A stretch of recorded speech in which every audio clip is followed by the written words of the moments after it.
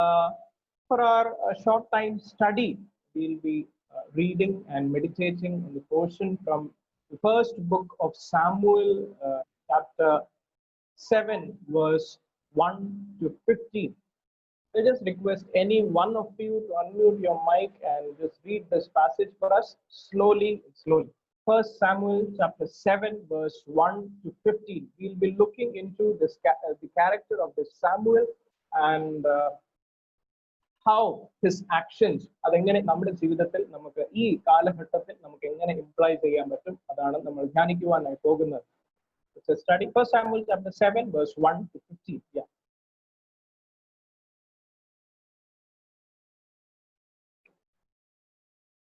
I request any one of you to kindly read it. Yeah.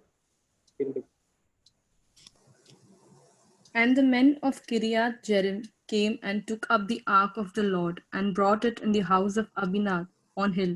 And they consecrated his son Elzazar to have charge of the ark of the Lord. From the day the ark was lodged at Kiriath Jearim, a long time passed, some 20 years, and all the house of Israel lamented after the Lord. And Samuel said to all the house of Israel, if you are returning to the Lord with all your heart, then put away the foreign gods and the Ashtaroth from among you, and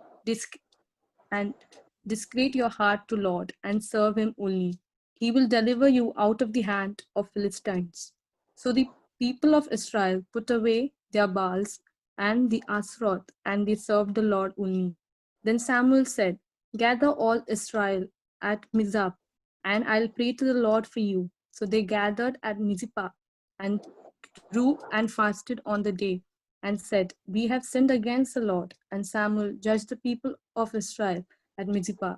Now when the Philistines heard that the people of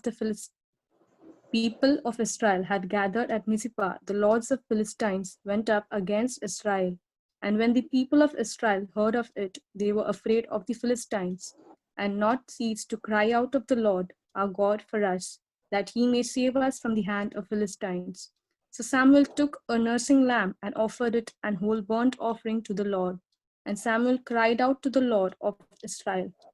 The Lord answered him.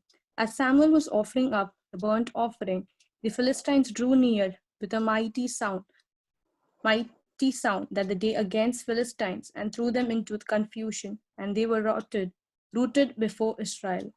And the men of Israel went out from Mizpah and persuaded the Philistines and struck them as far as below the Beth-kar. Then Samuel took a stone and set it up between Mizpah and Shen, and called its name Ebenezer, for he said, till now the Lord has helped us. So the Philistines were subdued and did not again enter the territory of Israel. And the hand of the Lord was against the Philistines all the days of Samuel.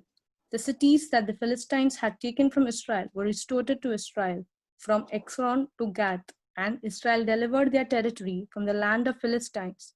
There were peace also between Israel and Amorites. Samuel judged Israel all the days of his life. Let's pray. स्वर्गीय पिता परमेश्वर, हमें सुंदर समय के लिए धन्यवाद करते हैं प्रभु जी, तेरे सम्मुख आने के लिए, वचन से प्रभु जी ध्यान करने के लिए तूने हमें अवसर दिया, उसके लिए धन्यवाद करते हैं प्रभु जी। थोड़े समय जब हम वचन मनन में हम समय बिताएंगे तो हो पाए कि तेरी आवाज, तेरी बुलाहट को हम सुन पाए, तेरे हित को हम इसमें से जान सके और तेरे हित के अनुसार अपने जीवन को हम ढाल सके, इसके लिए हम प्रार्थना करते हैं प्रभु जी। ये वचन जब हम मनन करेंगे तो हमारे कानों को, हमारे हृदयों को, हमारे बुद्धि को तू खोल, ताकि हम सब कुछ समझ पाए और प्रभु जी इसके अनुसार अपने जीवन को हम बना सकते हैं प्रभु। अपनी पवित्र आत्मा के द्वारा हम सबसे बातें कर, मसीह के नाम से मांगते हैं, हमारी प्रार्थना को सुन और ग्रहण कर, आमीन। So a quick background of the book of Samuel. The laptop picture slow ആയിരിക്കും. You all know that the books of Samuel, രണ്ടും ഒരേ ബുക്ക് ആയിരുന്നു എന്ന് ചിലർ പറയാറുണ്ട്. It was written in between 630 and 540 BCE എന്ന് പറയാറുണ്ട്. And it speaks of the rise of kings or monarchy system in the history of Israel. What we need to understand is this book stands between the theocracy and monocracy. Theocracy, matlab, theo means we know that it is God. So God ruled Israel before അത് കഴിഞ്ഞിട്ട് രാജാക്കന്മാരാണ് rule ചെയ്യാൻ തുടങ്ങുന്നത്. So this book stands between the theocracy and monarchy, and the major characters in these books are Samuel himself and Saul and David. There's an American politician who wrote the thing which I wanted to share with you all. He wrote this in an American context, but definitely we can relate it with the leadership we see through Samuel in this passage. Leadership is crucial because it is to the mayor that people will look on to provide the vision, the energy, and the sense of confidence in the rebuilding and recovery. Now, it is here in this passage where we see such a bold person, a bold leader who could provide vision and energy and sense of confidence to a broken and shattered community, the Israel. Now, chapter 7 is a crossroad between the ark story and the establishment of the monarchy. Ark story ഉണ്ട്, പിന്നെ ഇതിന് ശേഷമാണ് സോളിനെ അവർ രാജാവാക്കുന്നത്. So it falls in between this portion. The ark of the covenant നമുക്ക് അറിയാം. We start reading about it in the book of Exodus. It was a gold covered wooden chest, and it contained Aaron's rod and a pot of manna. They used to take it എവിടെ പോയാലും അവരുടെ ജേർണിയിൽ അവർ ഇത് കൊണ്ടുപോകുമായിരുന്നു. And this was a symbol of God's presence. Now, this was the symbol of God's presence for them. Now, ഒരു കഥ പോലെ അങ്ങ് തുടങ്ങുകയാണ്. നിങ്ങൾ എല്ലാവരും ശ്രദ്ധിച്ചിരിക്കണം. ഈ കഥയിലെ വള്ളിയോ പുള്ളിയോ നിങ്ങൾ മിസ് ചെയ്താൽ ചിലപ്പോൾ നിങ്ങൾക്ക് പിന്നീട് മനസ്സിലാവത്തില്ല എന്തുവാ നടക്കുന്നത്. സോ ഒരു നല്ലൊരു ചരിത്രമാണ്. Now, Israel was undergoing crisis. ഈ പാസേജ് ഒക്കെ വായിക്കുമ്പോൾ അതിന്റെ മുൻപിലും പിൻപിലും ഒക്കെ Israel was going through a crisis. The internal crisis. It had an internal crisis that the religious life was in shambles. In Samuel's book, 1 Samuel, chapter 1 to 3, avade Eli and Eli's sons, we know that. Eli's sons were corrupted people who were just corrupted, and there was judgment on the corrupted priestly house.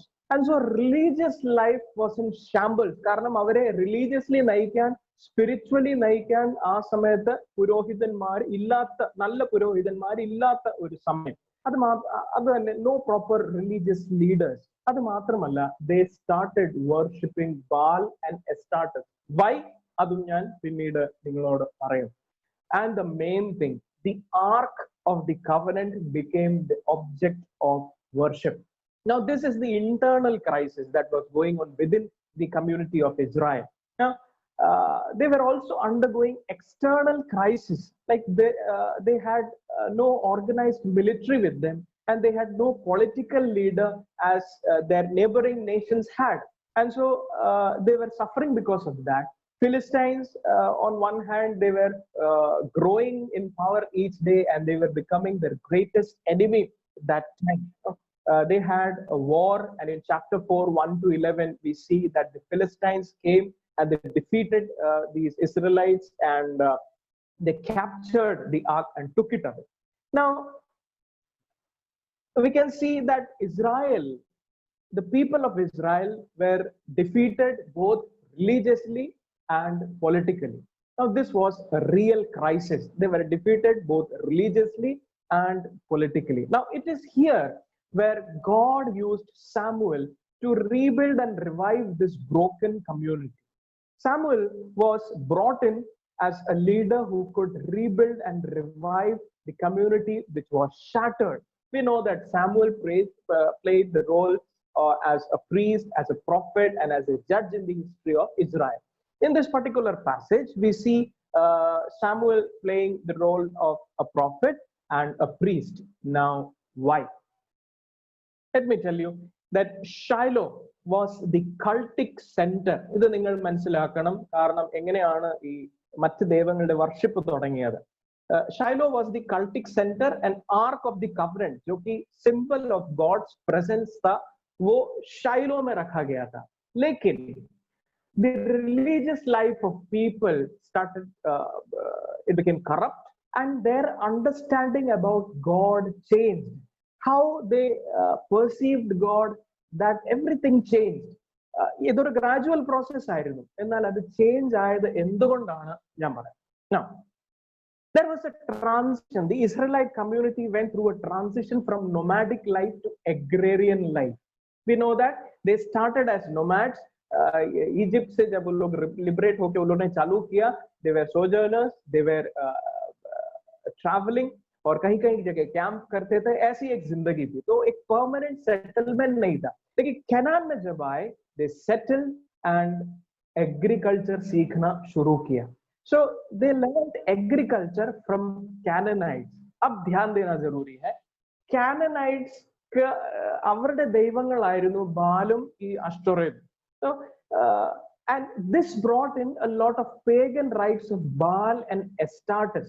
They used to, these Canaanite people, they used to worship their god to get better yield, better productivity. അവരുടെ worship ഒക്കെ, it was very energetic, it was very live. അപ്പോൾ ഇതൊക്കെ ഈ Israel's കണ്ടപ്പോൾ അവർക്കൊരു കൗതുകം തോന്നി. Wow, क्या worship है लोग का. They have God and they worship these gods and they are getting better yield, and even they have a symbolic representation of that God or objectified form on them. So they started perceiving Yahweh also as a deity like Baal and Astartes, whose objectified form was the ark. अब उन्होंने धीरे धीरे ये विश्वास करना शुरू किया कि हमारा भी जो यहोवा है वो भी ऐसे ही भगवानों की तरह है, और उस भगवान का एक रूप है ये arc. Now this was a slow process. ये सब धीरे धीरे इनके मन में चेंज होता जा रहा है. So this was the thing. But what happened, my dear friends, this is very important.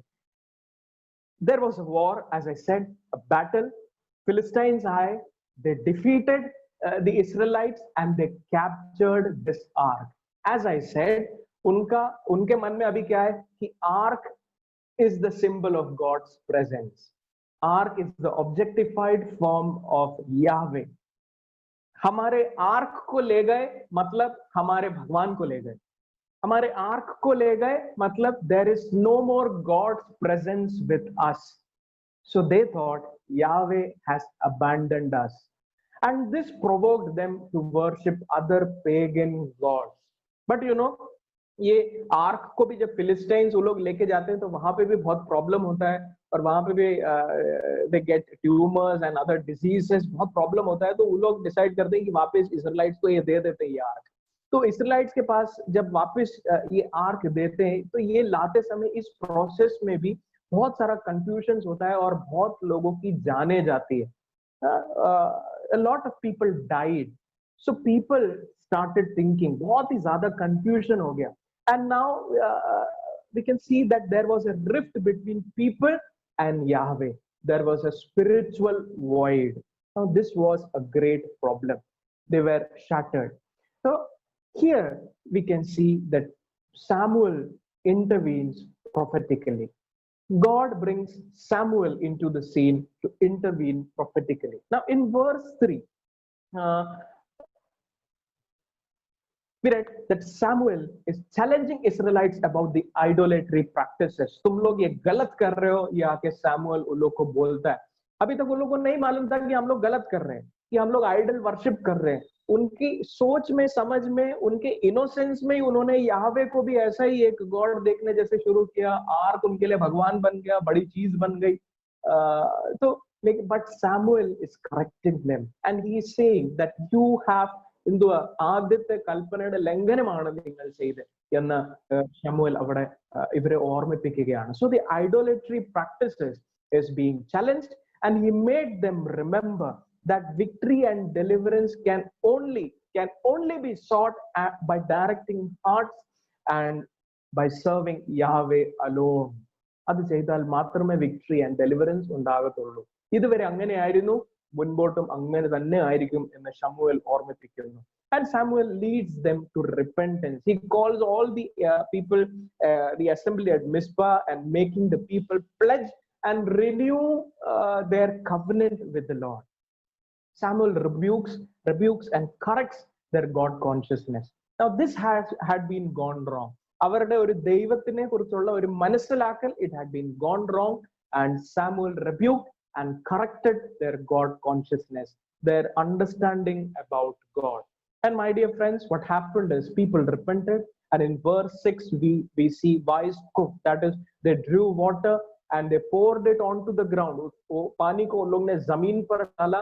जमीन पर डालने का सिंबल ये है कि एक बार पानी को अगर जमीन पर डाल दिया जाए, it cannot be collected back. So it was a symbol that we are pouring out our sins, our wrongdoings, all that we were doing, and we are not going to repeat it again. We are not going to collect it back again. So that is what we see in verse 6. Now hence, Samuel, through his prophetic intervention, he tried to rebuild the community, the broken community, by reviving their God consciousness. This is what Samuel's first ministry, first initiative was. Now, Samuel not only intervened prophetically, but also when we see him playing the role as a priest, his intervention in Israel's history was tremendous. Now, my dear friends, we know that the role of priest is keeping people spiritually engaged. Priests were the ones in the Old Testament who were the persons who could only carry out the rituals and all the rites and keep the people spiritually engaged. Now, here, people gathered and renewed their covenant. Samuel approaches as a priest, and he made them do that. Now, but then when people all came together, ये लोग जब सब एक साथ मिले, they are again facing a crisis. वहां से एक न्यूज़ सुना कि फिलिस्तीन आ रहे हैं और हम पे हमला करने वाले. तो वो लोग यहाँ पे आए हुए, अब उन्हें रिपेंट कर लिया, परमेश्वर के हाथ में अपने आप को फिर से सौंप दिया, परमेश्वर को सॉरी बोल दिया, लेकिन फिर भी वो लोग फिर से क्राइसिस झेल रहे हैं कि फिलिस्तीन आ रहे हैं और फिर से अटैक करने वाले. There is a crisis, and people cry out unto Samuel because they don't have confidence. ഒരു ഹോപ്പ്ലെസ് സിറ്റുവേഷനിലാണ്, ഹെൽപ്ലെസ് സിറ്റുവേഷനിലാണ് ഇവർ. അതുകൊണ്ട് അവർ കരയുകയാണ് സാമുവലിന്റെ മുൻപിൽ അവർ ചെയ്യുന്നത്. Samuel intercedes for the people. He offers a lamb. He makes an offering, and he sets up a permanent memory, the stone. And what happened is, when he interceded, when he made an offering, God's answer followed. Now there was a thunder. Philistines were coming from one side, and there was this thunder, and because of this thunder there was a confusion among the Philistine army, and they went back, or they went वो लोग एक दूसरे रास्ते पे ही चले गए, confusion हो गया, ऐसा कहा है. Now this thunder, a natural phenomenon, Samuel interpreted it as God's intervention, and he set up a permanent memory, Ebenezer, a stone. वहां पे एक पत्थर लगाया और उसका नाम दिया Ebenezer. It means, thus far the Lord has helped us. Thus far the Lord has helped us. My dear friends, Israel was in a pathetic condition. Israel was in a worse condition. It was going through crisis. It was going through an Ichabod experience. We see that in chapter 4, verse 19 to 22. Israel was undergoing an Ichabod experience. मतलब chapter 4 जब हम read करते हैं तो ये फिलिस्तीन का attack जब हुआ, एली के जो दो लड़के थे, फिनेहास, वो लोग इस वॉर में मारे गए. और ये न्यूज़ जब एलाई ने सुना, एली पुरोहितन is catapulted, he fell down, broke his neck, and he too died. तब फिनेहास की जो बीवी थी, यानी कि daughter in law of Eli, she was pregnant and she was going to give birth to a child. And when she gave birth, she was in this pain that she has lost everything. And the one Philistines have taken the ark, that is, God is gone, and she lost her husband, she lost husband's brother, she lost her father-in-law. അപ്പൊ എല്ലാം ഒരു painful experience ആയപ്പോൾ അവളുടെ മകന് ഇട്ട പേരാണ് ഇക്കാബോത്ത്, that is the glory has departed Israel. यानी कि इज़राइल के पास जो अभी तक ग्लोरी थी वो अब चली गई है. इज़राइल अब पुराना जैसा नहीं है. Everything is gone.